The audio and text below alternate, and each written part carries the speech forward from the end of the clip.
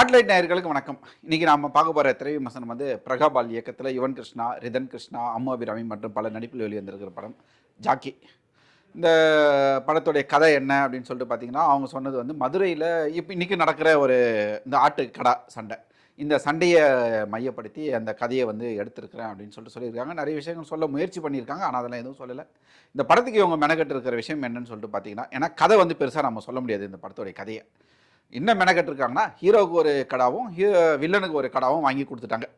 ஒரு 3 வருஷம் அந்த கடா கூட பழகி அவங்க அதை பழக்கி அந்த ஒரிஜினலாக அந்த கடாவுக்கு ஒரு ஜாக்கி இருப்பாங்கல்ல, குதிரைக்கு ஒரு ஜாக்கி மாதிரி அந்த கடாவுக்கு ஒரு ஜாக்கி இருப்பாங்க. அந்த ஜாக்கியாக அவங்க வந்து பயிற்சி பெற்று முறையாக பயிற்சி பெற்று அந்த கடா வந்து ஒரு போட்டியில் கலந்து கோல்டு மெடல் கூட வின் பண்ணியிருக்கு. அதுக்கு பிறகு தான் இந்த படமே வந்து அந்த கடா வச்சு எடுத்திருக்காங்க. சரி, கதைக்குள்ளே வருவோம். வழக்கம் போல் கதை தான். ஹீரோ ஒரு கடா வச்சுருக்காரு, வில்லன் ஒரு கடா வச்சுருக்காரு. அந்த ஊரில் சண்டை நடக்குது. வில்லனுடைய ஆளுங்க வந்து வம்படியாக ஹீரோடைய கடாவை கூப்பிட்றாங்க. ரெண்டுத்துக்கும் சண்டை விடுறாங்க. ஹீரோடைய கடா வந்து வில்லன் கடாவுடைய கொம்பை உடைச்சி ஜெயிச்சிடுது. அதுக்கு பிறகு நடக்கக்கூடிய வில்லனுக்கும் ஹீரோவுக்குமான ஈகோ சண்டையில் இந்த கடாக்கள் என்ன பாடுபடுது, இந்த கடாக்கள்கிட்ட மாட்டி நம்ம என்ன பாடுபடுறோம் அப்படின்றதான் இந்த படம் ஃபுல்லாகவே இது தான் போகுது. பொதுவாக இந்த மாதிரி படங்கள் எடுக்கும்போது கொஞ்ச நாளுக்கு முன்னாடி வந்து புறாவை வந்து பறக்க வரதை வச்சு ஒரு படம் எடுத்திருக்காங்க. அதுக்கு முன்னாடி வந்து சேவல் சண்டை வச்சு படம் எடுத்திருக்காங்க. ஒரு படம் எடுக்கும்போது ஒரு 2.5 மணி நேரம் நம்ம வந்து ஒரு விஷயம் சொல்ல வரேன்னு சொன்னால் அந்த விஷயத்தை மட்டுமே நம்ம சொல்லிகிட்டு இருக்கக்கூடாது. ஏன்னா படம் ஃபுல்லாக வந்து கடா சண்டை தான். அதுக்காக படத்தில் வர 2.5 மணி நேரத்தில் 2 மணி நேரம் கடா சண்டையை போட்டுட்டு தான் நம்ம என்ன தான் பார்க்குறது. ஏன்னா இதுக்கு முன்னாடி வந்து ஆடுகளமாகட்டும், அது அந்த சேவல் சண்டையை வச்சு மையப்படுத்தி வந்த படமாகட்டும், புறா வச்சு மையப்படுத்தி வந்தால் அந்த விஷயங்கள் வந்து இருக்கும். கதை வந்து அங்கங்கே ஒரு காதல், வேறு பல விஷயங்களை நோக்கி போகும். அதுக்குள்ளே நடக்கிற விஷயங்களெல்லாம் காட்டும். இந்த படத்தில் வந்து சொல்கிறாங்க, வில்லனுடைய அப்பா வந்து கடா பிடிச்சி கையில் கத்தி எடுத்துனால தான் இறந்துட்டாருன்னு சொல்கிறாங்க. அதுக்கு உண்டான காரணங்கள் எதுவும் வலுவாக இல்லை. இந்த பக்கம் வில்லன் வந்து ஏன் அவன் வில்லனாக இருக்கிறான், ஏன்னா தொடர்ந்து அவன் வச்சிருக்கிற கடா வந்து அவன் நல்லா ட்ரெயின் கொடுக்குறான், அதனால வந்து ஜெயிச்சிட்டு இருக்கிறான் அப்படின்ற மாதிரி தான் சொல்லிட்டு வராங்க. திடீர்னு கிளைமேக்ஸில் ஒரு இடத்துல வந்து கடாவுக்கு தலையில் வந்து ஒரு ஆணி வச்சுறாங்க. அந்த ஆணி குத்துறதுனால ஆடு அந்த கடா வந்து தோற்று போகுது அப்படின்னும் போது அப்போ அவன் அதுக்கு முன்னாடி வந்து இந்த மாதிரி தான் ஜெயிச்சான்றதையாவது காட்டியிருக்கணும். அதையும் காட்டல. அதுலேயே வந்து இயக்குனர் வந்து கோட்டை விட்டுருக்காருன்னு தான் சொல்லலாம்.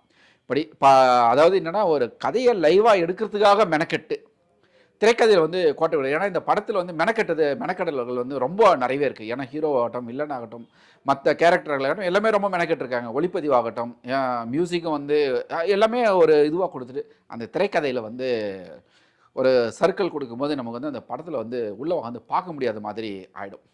ஆனால் இது அதையும் தாண்டி கொஞ்சம் ஏதோ ரசிக்கலாம் அப்படின்ற அளவுக்கு வந்துருக்குது. ஆனால் பொதுமக்கள் பார்வைக்கு இந்த ஜாக்கி எப்படி இருக்கும் அப்படின்றது வந்து தெரியல. மேலே இந்த படத்தில் வந்து கதாநாயகி அம்மு அபிராமி எதுக்குன்னு தெரியல. கதாநாயகன் அவங்க வந்து சொல்லியிருக்காங்க. ஒரு 4 நாள் சீனு, ஒரு ஆட்டோ சீனில் அவர் வந்து கவுராரு லவ் பண்ணுறாங்களாம். அதனால அந்த அம்மு அபிராமிக்கு அப்பா அம்மா இருக்காங்களா இல்லையா, அது தனிக்கட்டு சுற்றுதா என்ன விஷயம் அப்படின்றது தெளிவாக சொல்ல. ஒரு ஃபேமிலி இருக்குதா இல்லையான்ட்டு வராங்க.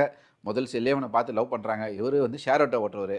அவங்க ஏதோ ஒரு நல்ல இடத்துல வேலை செய்கிற மாதிரி தான் காட்டுறாங்க. அதுக்கு பிறகு என்ன வேலை செய்கிறாங்கன்னு காட்டல. ஆனால் பார்த்ததும் காதல், அதுக்கு பிறகு லவ்னு சொல்லிட்டு லவ்னு சொல்கிறாங்க. ஆனால் ஒரு 4 சீன் தான் காட்டுறாங்க. அதுக்கு பிறகு மதுசூதன், அவர் வந்து ஊருடைய பெரிய தலைக்கட்டாகவும் அந்த கடா சண்டையை கட்டுப்படுத்தக்கூடிய ஒரு ஆளாகவும் இருக்கிறார். ஆனால் அவருக்கும் வந்து வெயிட்டேஜ் வந்து கம்மியாக தான் இருக்குது.